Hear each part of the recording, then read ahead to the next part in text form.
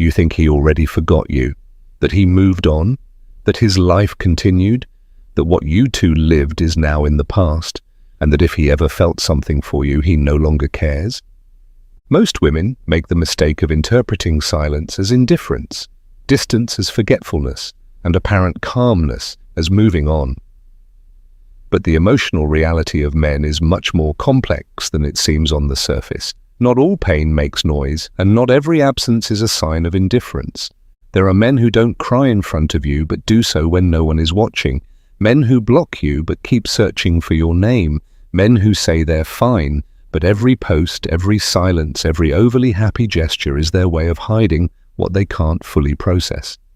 Male pain often goes underground, hidden in behaviors that to the female eye seem contradictory or senseless, but are actually sophisticated forms of emotional self-protection. Because when a man suffers in silence, he doesn't scream it, post it, or write it to you. He shows it only if you know how to look closely. This is a fundamental difference between male and female pain. While women tend to express their suffering more directly or suppress it entirely, men develop a more subtle, coded emotional language. It's as if they speak in code, waiting for someone sensitive enough to decode their signals. In this video, I'll show you the 7 silent signs a man shows when it still hurts to lose you. And he won't say it, either because his pride won't let him, or because you're no longer there to hear it. But his body, his energy, his gestures are already telling the story. These signs are not manipulation or mind games. They are authentic forms of emotional communication that arise when the heart has something to say, but the mind can't find the words or courage to express it directly. Let's begin. Sign number 1. He talks about you with others, but not with you. When a man has truly closed a chapter, he doesn't need to talk about you to anyone, not even jokingly. He turns you into silence, into memory, into the past, but when he still hurts, when something inside is unresolved, he mentions you, but doesn't reach out. And that says everything. Maybe a mutual friend tells you. Maybe someone says what he asked about you. Or, did you see how he mentioned you indirectly in a story or post? And you think, well, why doesn't he just message me directly? Because he can't. Because something inside him won't let him take that step. It's as if his heart wants to speak, but his mind locks it away. The vulnerability of reaching out feels too dangerous, too exposing. So he finds indirect ways to keep you present in his emotional world. His feelings are looking for a way out, and since he can't tell you directly, he releases it with others. When a man still feels something for you, even if he denies it, he starts venting to others. To friends, acquaintances, even to people he didn't expect to see again. He talks about what was, what hurt, what you did or didn't do, and if he does that, it's because he's still feeling it. This is one of the most common mechanisms of male grief, processing out loud what he can't yet close inside. And you're still part of his conversation, even if he says he's over you.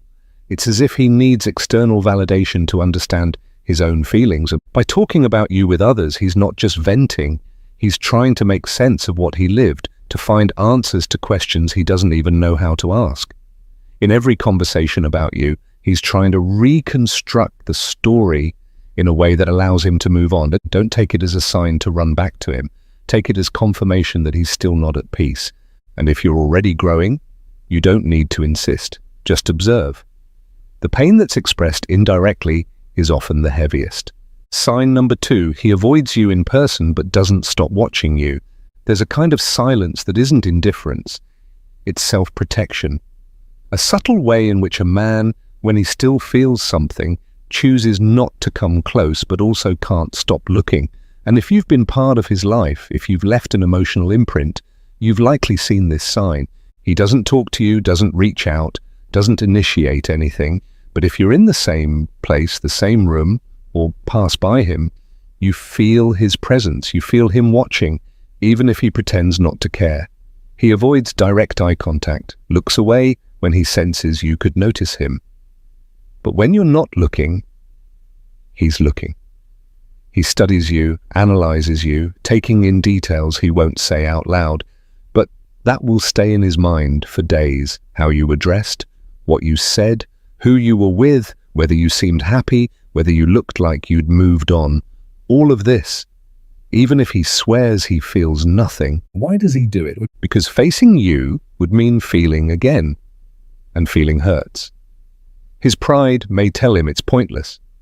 His mind wants to protect him, but his emotions are still attached. So he chooses distance, not as punishment, but as a barrier to avoid falling apart. It's an emotional survival strategy. He keeps visual contact because he needs to know how you are, but avoids getting close because he knows that doing so could collapse the entire self-protective structure he's built. And this is where many women go wrong. When they see him avoid them, they think he no longer cares. But that's not always the case. Many times, silent pain needs distance in order not to break. And if you are grounded, calm, not provoking or forcing interaction, he feels it. And his internal emotion intensifies because true detachment doesn't provoke. It leaves an impact. So if you see him avoiding you, but you know he's watching, don't chase him, don't confront him, don't ignore him with contempt. Just remain present, calm, and respectful, because in your tranquility, he feels the echo of everything he still hasn't been able to let go of. Your emotional stability in those moments becomes a mirror that shows him both what he lost and what he might still be able to regain. When you don't react with drama, when you don't fall into the trap of chasing or completely ignoring him, you're showing a level of emotional maturity that his heart recognizes and values, even if his pride won't admit it. Now we continue with the third sign. He acts like he's better than ever, in an exaggerated way. You see him posting smiling pictures, motivational messages, phrases like, "Everything happens for a reason," "I'm my own priority," or "alone but happy." He goes out with friends, appears more active, dresses up more than before, responds to your stories with indifference, and everything seems to indicate that he has moved on, but something doesn't add up. There's a forced energy behind every post, a smile that feels more like a silent scream than a genuine emotion. Because when a man suffers in silence, he doesn't always retreat into sadness. He disguises it. He tries to convince himself that he's fine, and in doing so, he wants others to believe it too, especially you. Every post, every story, every subtle visual hint isn't for his followers, it's for you. And if you're watching, he wants to make sure you see just how happy he is without you. Why does he do it? Because it still hurts, because he still feels something, and because he can't say it to you directly, so he shows it in the loudest way possible. It's like he's silently screaming, "Look how great I'm doing without you." But every scream hides a quiet plea that you'll see him, notice his effort, recognize that he still exists in your world. Because someone who's truly at peace doesn't need to prove it. Someone who's healed doesn't need to put on a show. But someone who is still broken inside often needs to pretend nothing affects him anymore. And here's the most delicate part. It's not about him acting out of malice. It's that he's fighting with himself. Because pretending he's okay is the only way he knows to defend himself from a pain he hasn't yet figured out how to process. And if you understand this, you don't need to react. You don't need to fall into the game of, "I'm doing better too." Just observe, because if you are truly at peace, your silence will speak louder than any filtered Instagram story. True emotional strength doesn't need to compete or prove anything. When a woman understands that behind every "I'm better than ever" is a heart still healing, she can respond with compassion, not with a wounded ego. Now, my dear friend, let's move on to the next sign. Sign number 4. He contradicts himself, overreacts, or gets angry for no clear reason. A man who is truly at peace responds with clarity, coherence, and calm. But when a man is hurting inside and doesn't know how to express it, his emotions begin to leak out in the most uncontrolled ways. He blocks you, then unblocks you, talks to you, then regrets it, ignores you for days, then replies coldly or with sarcasm. He posts indirect messages, unfollows you, and later follows you again. And you're left wondering, What does he want? Why is he doing this? The truth is simple. He wants not to feel, but he can't help it. He wants you not to matter, but craves your attention. He wants you to think he's fine, but every unresolved emotion eventually bubbles to the surface. And it's an internal war, the rational part saying, let her go, versus the emotional part whispering, but you still need her. And in the middle of that battle, you become the battlefield where all his contradictory emotions clash. This is what many women misinterpret as instability, but it's not a mental imbalance, it's unprocessed emotional grief. He feels vulnerable, and since he can't admit it hurts, he reacts in ways that seem exaggerated, disproportionate, or contradictory. And you become the target of that emotional storm, not because you deserve it, but because you still occupy space inside him. So then, what should you do? Don't play the same game, don't respond with sarcasm, don't add fuel to the emotional fire, just interpret what's really happening. He's suffering, but he doesn't know how to tell you without falling apart. And if you're centered, if you understand that those reactions are not attacks but expressions of unprocessed pain, then you don't need to respond. Just hold your presence from a distance. Because when a woman doesn't get dragged into drama and responds with emotional clarity, she becomes that point of calm he, deep down, still longs for. In these moments, your ability to remain composed isn't coldness, it's emotional wisdom.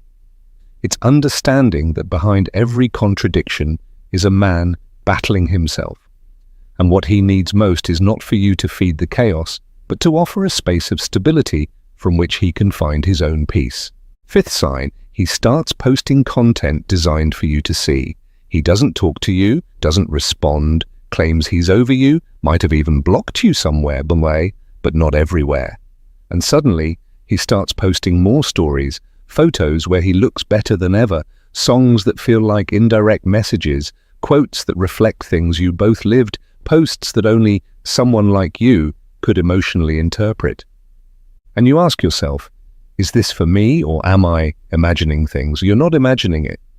When a man suffers silently for you but can't or doesn't want to talk to you, social media becomes his emotional outlet. That's where he sends everything he can't say, and he does it with the perfect excuse. It's not for you, even though both of you know it is, because if he didn't want you to see it, he simply wouldn't show it. But he does, and you're there, watching, feeling, and probably he's also watching to see if you react, even if you don't hit like. Why does he do it? Because he needs to feel that he still stirs something in you, that he still has an impact, that his presence is still alive in your mind. And at the same time, he preserves his pride because technically he didn't message you.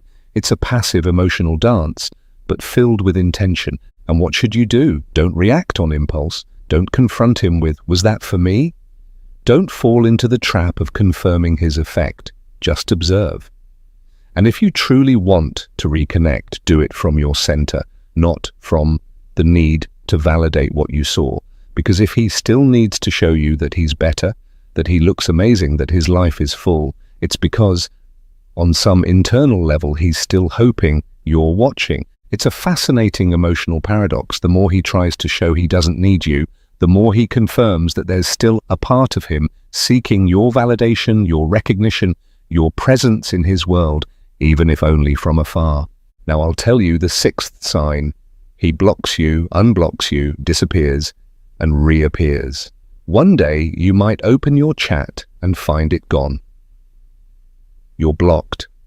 No explanation, no argument beforehand. And days later, without saying a word, the block disappears. There's no message, no excuses, but now you can see him again.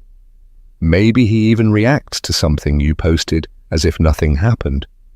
Or maybe he just quietly makes himself visible again, and you think, what was that? Why is he doing this? The answer isn't in the action, but in the pain behind it. When a man suffers silently and can't manage it calmly, his need for emotional control leads him to cut off the channel with you. Blocking you is his way of protecting himself, of feeling strong, of setting boundaries. But the problem is, his feelings are still alive.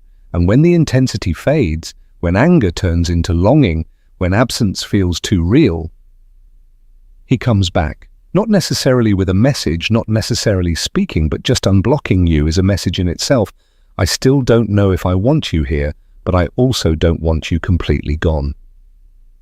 And that emotional ambivalence is one of the deepest signs of silent suffering, because someone who has truly healed doesn't need to cut and restore the connection every week, but someone who's still hurting doesn't know whether to let go or pull you closer. So what should you do? Don't react with drama. Don't ask, why did you block me? Don't play the same game of returning the gesture. Just interpret, he is emotionally disorganized, and you, if you're centered, don't need to enter that back and forth. Stay grounded, calm, present from your place.